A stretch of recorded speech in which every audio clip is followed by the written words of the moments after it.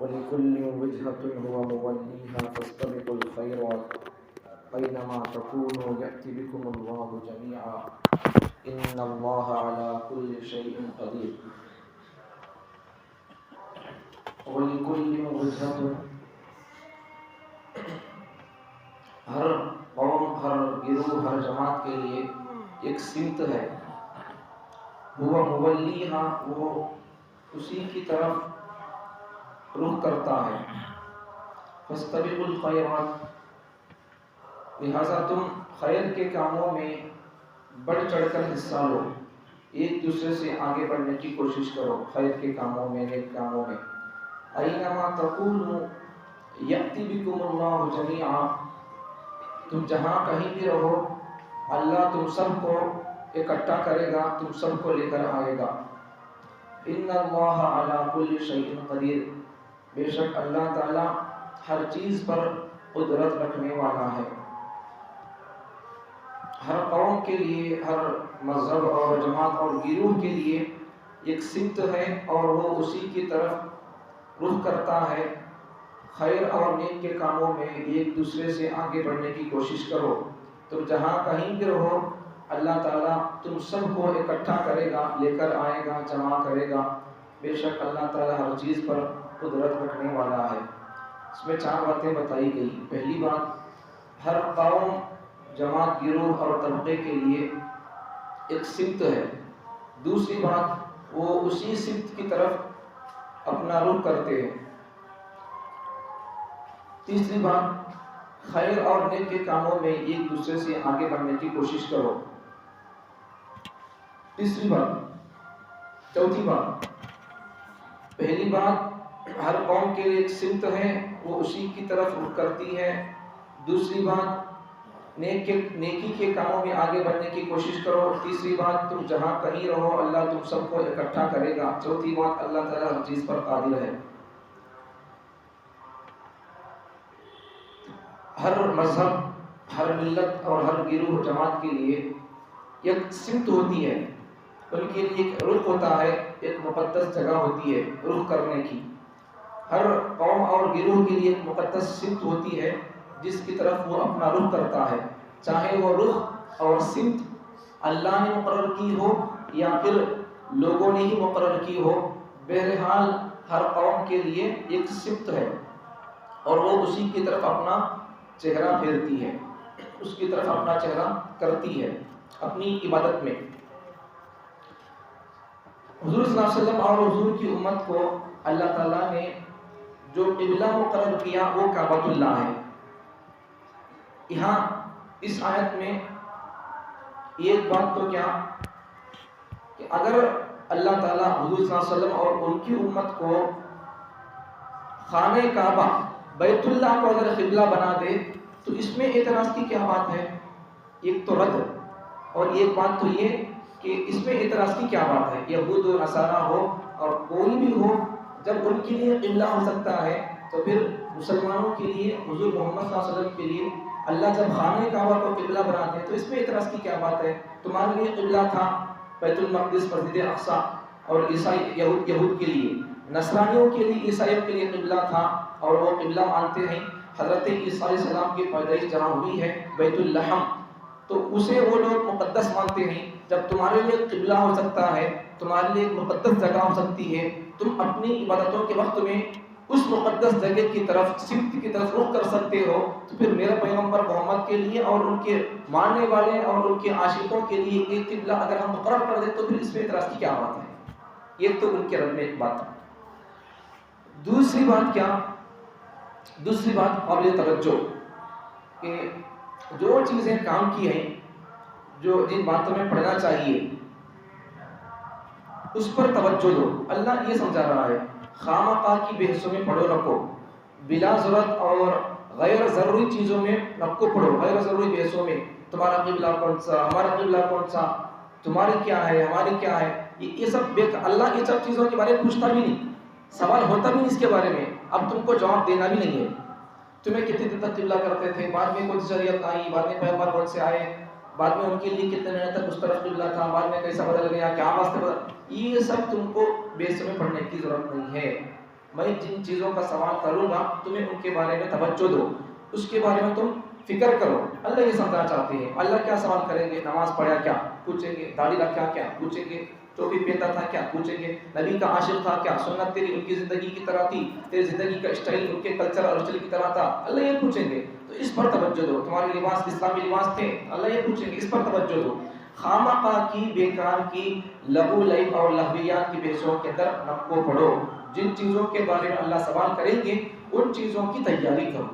جو ایگزام تم کو دیا گیا ہے کہ محمد صلی اللہ علیہ وسلم کی زندگی یہ ہے، دیکھو ان کے بال کیسے، تمہارے بال ویسے رکھو، ان کے کپڑے کیسے تھے، تمہارے کپڑے ویسے رہیں، ان کا گھر کیسا تھا، ان کی گھریلو زندگی کیسی تھی، ان کے بیوی بچوں کے ساتھ ان کا رویہ کیسا تھا، اخلاق کا معاملہ کیسا تھا، تم ایسا رویہ اور اختیار کرو اپنے بیوی بچوں کے ساتھ۔ ان کا محمد صلی اللہ علیہ وسلم کا طرز عمل غیروں کے ساتھ کیا تھا، اخلاقانہ برتاؤ کیسا تھا، اور تمہارا اپنے غیروں کے ساتھ، اپنے پڑوسیوں کے ساتھ رویہ اور کردار کیا ہے، یہ ان کو دیکھ کر تم اپنے امتحان کا ایگزام کا پرچہ لکھتے جاؤ۔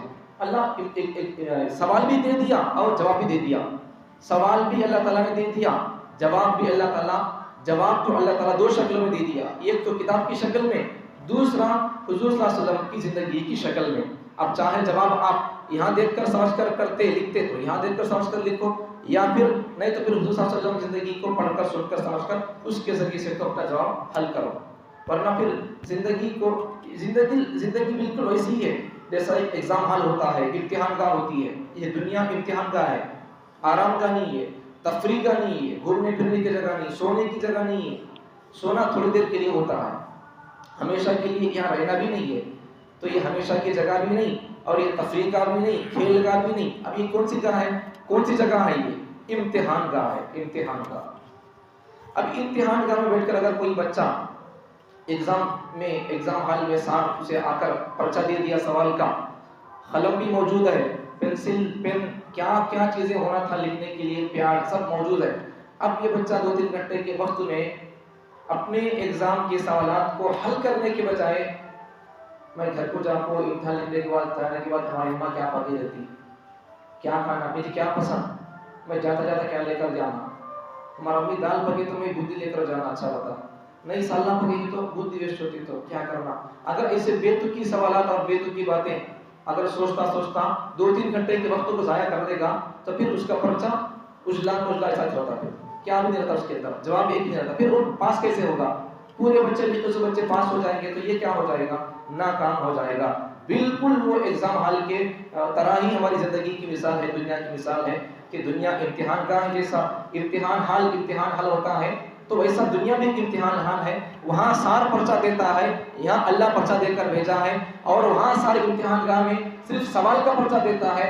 اللہ کی کرم اور محبت پر اور انسانوں پر ذرہ نوازی پر، محبت پر، انسانوں پر شفقت پر قربان جاؤ کہ اللہ نے سوال کا پرچہ بھی تھما دیا اور جواب کا پرچہ بھی تھما دیا۔ اب کرنا کیا ہے؟ لکھنا ایک باقی ہے۔ اب اگر ہمیں بھی اس بچے کی طرح، جیسا بچہ سوچتا تھا امتحان لکھ جانے کے بعد میں کیا کرنا، کیا کھانا، یہ سب اگر سوچتے ٹائم گوا دیا تو پھر ناکام ہوتا ہے۔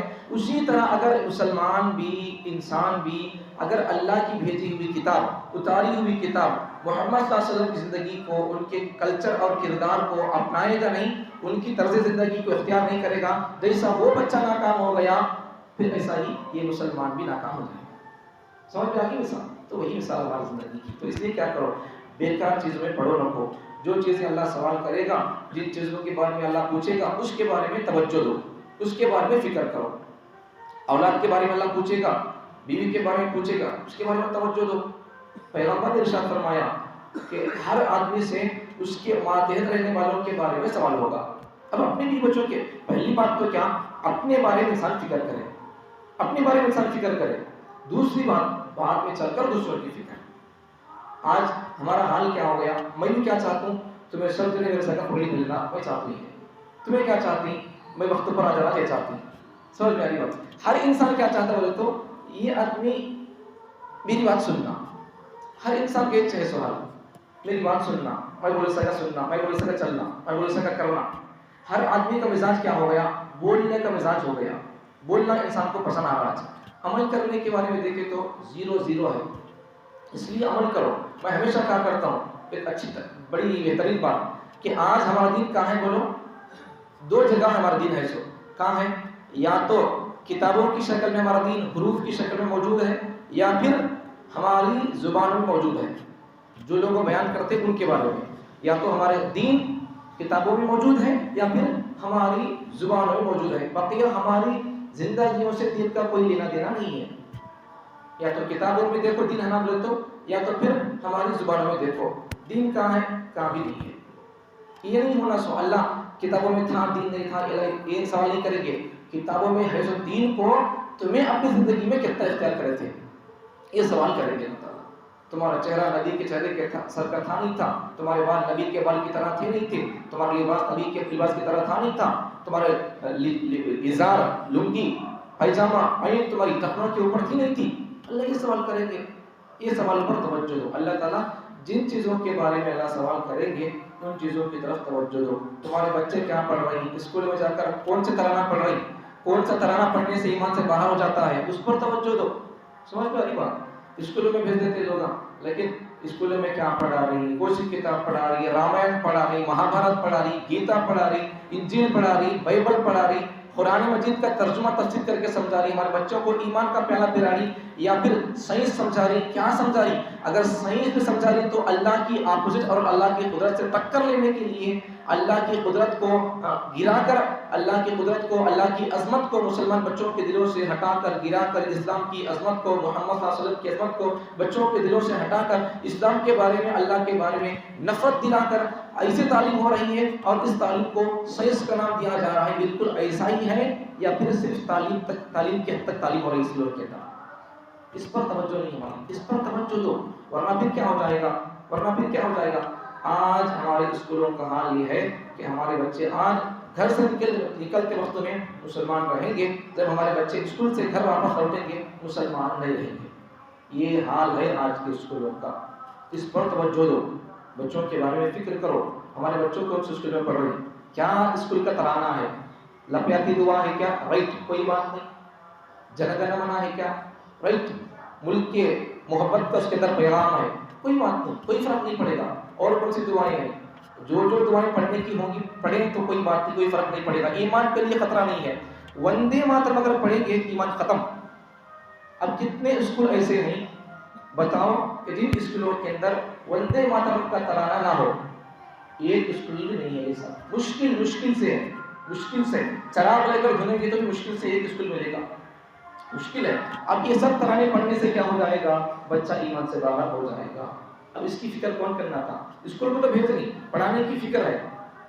پڑھے گا تو کیا کرے گا؟ نوکری آئے گی. دیکھو پڑھنے کے بعد بھی بچہ اتنے سال پڑھ کر بھی، اتنے لاکھ خرچ کر کے بھی بچہ آخر کرتا کیا؟ بولو کیا کرتا؟ جاب، نوکری. اب نوکری کرنے کے لیے کہیں کو پڑھے؟ تمہیں خود ایک یجمان بننا تھا، نوکر کہیں کو بنے؟ تمہیں نوکر بننے کے لیے کہیں کو پڑھے؟ یجمان بنانے کے لیے پڑھنا تھا، پڑھانا تھا. اب ہمیں یجمان ہے، مطلب امام ہے. اب قوم کی اقتدا، قوم کی رہبری اور رہنمائی اور قوم کا سفر حق بتاتے ہیں. اب اتنے لاکھ خرچ کر کے بھی ہماری قوم اور ہمارے قوم کے بچے کیا کرتے ہیں؟ نوکری، کسی کے جوتے سیدھے کرنا، ایج کرنے کا. تو پھر ایسا کرنا تھا تو پھر پڑھائے کہیں کو نوکری کے واسطے، کسی کے جوتے سیدھے کرنے کے لیے پڑھائے کہیں کو. سمجھ میں آ رہی بات؟ اگر وہی پڑھنا دین کا پڑھاتے تو تمہارا بچہ یہاں بیٹھ کر پوری قوم کے سامنے بیان کرتا تھا، یہاں بیٹھ کر پوری قوم کو حق اور سچ کا پیغام، اللہ کا پیغام سمجھاتا تھا. تو یہاں دین کا پڑھنا پڑھانے کے واسطے اتنے خرچ نہیں ہوتے جتنے دنیا کی تعلیم کے لیے خرچ ہوتے ہیں. صرف ڈاکٹری کے لیے کتنے خرچ ہوتے، کتنے پیسے ملیامنٹ کرنا پڑتا، 2-3 سال کے کورس کے لیے کتنے ہزار لاکھ لگانا پڑتا. دین کی تعلیم کے لیے کتنا خرچ آتا ہے. پر یہ سمجھانے کا، بولنے کا مقصد کیا ہے؟ تو ہمیں اپنے بچوں کے بارے میں، پہلے اپنے بارے میں، اپنے بھی بچوں کے بارے میں بھی دین کے بارے میں فکر کرنا، ایمان کے ساتھ جینا، ایمان کے ساتھ انہوں کیسا مرتی، اس کے بارے میں کیا کرے تو کس سے میں جڑ کو رہا، تو کس سے میں اپنے بچوں کو جوڑ کر رہا تو انہوں ایسا جی سکتی. مسلمان بن کر تو پیدا ہوئے، اب مسلمان بن کر جینے کے لیے کیا کرنا میں یہ سوچنا، اور مسلمان بن کر مرنے کے لیے میں کیا کیا تو ویسا میں رہ سکتا ہوں، جی سکتا ہوں، مسلمان بن کر مر سکتا ہوں. اس کے بارے میں فکر کرنا چاہیے. اچھا، اور ایک بات، فاستبقوا الخیرات کا یہ ایک معنی مطلب مفسرین نے لکھا ہے. فاستبقوا الخیرات کا مطلب جب نماز کا وقت ہو جائے، نماز کا وقت ہو گیا تو کیا کرو؟ نماز کے نماز پڑھنے کی جگہ کی طرف، نماز کے لیے فارغ ہو کر اپنے آپ کو فارغ کر کے نماز کی طرف اپنے آپ کو دوڑاؤ، بھاگو نماز کی طرف۔ یہ بھی اس سے بعض مفسرین نے معنی مراد لیا ہے۔ ایک معنی تو نیکی کے کاموں میں آگے بڑھو، دوسرا معنی ایک مفسر نے کیا ہے کہ جب نماز کا وقت ہو جائے تو نماز کی طرف لپکو، دوڑو، بھاگو۔ تو ایسا ہی آج جمعہ کا دن بھی ہے تو پھر کیا کرنا، ساتھ میں جمعہ کی نماز ہے آج، تو کیا کرنا، جب پہلی اذان ہو جائے تو پہلی اذان کے بعد اپنے کام کاج کو چھوڑ کر نماز کی طرف دوڑ کر آنا، چل کر بھی نہیں۔ قرآن مجید کے 28ویں پارے میں، اس پر 8ویں پارے میں مستقل ایک سورہ نازل ہوا سورہ جمعہ کے نام سے۔ اس سورہ کو اٹھا کر دیکھو آپ، اس سورہ کے دوسرے رکوع کے اندر آپ کو مل جائے گا یا ایھا الذین آمنوا اذا نودی للصلاۃ من یوم الجمعہ۔ دیکھو اللہ تعالیٰ ایمان والوں سے اللہ خطاب کر رہا ہے کہ اے ایمان والو، جب اذا نودی للصلاۃ، جب بلایا جائے تم کو نماز کے لیے، من یوم الجمعہ، جمعہ کے دن، تو پھر کیا کرو، جمعہ کی اذان ہوگی تو پھر کیا کرو، فسعوا، مطلب کیا؟ اب یہاں فسعوا کا معنی کیا؟ اللہ اگر یمشی بولتے یا امشی بولتے مطلب چل کر آؤ، ایسا بولتے تب بھی چلتا تھا، لیکن اللہ کیا بولے یہاں؟ اب یہ فسعوا کا معنی کیا بولو؟ عربی کے اندر بھاگنے کے لیے دوسرے بہت سارے الفاظ آتے ہیں، لیکن اللہ تعالیٰ نے نہ چلنے کے الفاظ کو استعمال کیا، نہ اللہ نے بھاگنے کے الفاظ کو استعمال کیا۔ یہ فسعوا کا معنی کیا؟ تیز اسپیڈ بھاگ کر آنا۔ اب ہمیں ویسا اپنے کاموں کو چھوڑ کر نماز کی طرف ویسا توجہ کر کے تیزی سے آ جائیں۔ تو اللہ تعالیٰ نماز کے لیے، جمعے کی نماز کے لیے جب پہلی اذان ہو جائے تو اپنے کاموں کو چھوڑ کر فارغ کر کے نماز کی طرف توجہ کر کے اللہ ہی کہہ رہا ہے۔ تو یہاں مسئلہ بھی کیا، جب جمعے کی اذان ہو جاتی ہے پہلی اذان، تو آدمی کام میں لگا رہتا ہے، تو پھر وہ کام اس کا جائز نہیں ہوتا۔ اس لیے جب پہلی اذان ہو گئی تو پھر ہمیں 1 گھنٹے کے واسطے، 1.5 گھنٹے کے واسطے قربان نہیں کریں، دین نہیں سیکھے، نہیں سنے تو پھر کب سن سکتے ہیں؟ اس لیے جب پہلی اذان ہو گئی تو پھر کیا کرو، اپنے کاموں سے فارغ ہو جاؤ۔ اپنے نیچے کام کرنے والوں کو بول دینا، ارے آج جمعہ کا دن ہے، بس آج 12:30 تک اذان، اس کے بعد پھر بیان کیا، دین سیکھنا، سننا، سمجھنا ہے، نماز پڑھنا ہے، دعا کرنا ہے، چلیں گے بس۔ اس کے بعد عام دنوں میں عام کام 1 ساڑھے 1 تک کام کر لیں، پھر نماز کو جائیں گے، وہ الگ بات ہے۔ تو اللہ تعالیٰ ہم تمام کو خامخواہ کی بحثوں میں، خامخواہ کی غیر ضروری چیزوں کے اندر پڑھ کر وقت ضائع کرنے سے بچا کر رکھے۔ جو اللہ سوال کرے گا اس پر توجہ دینے کی توفیق عطا فرمائے۔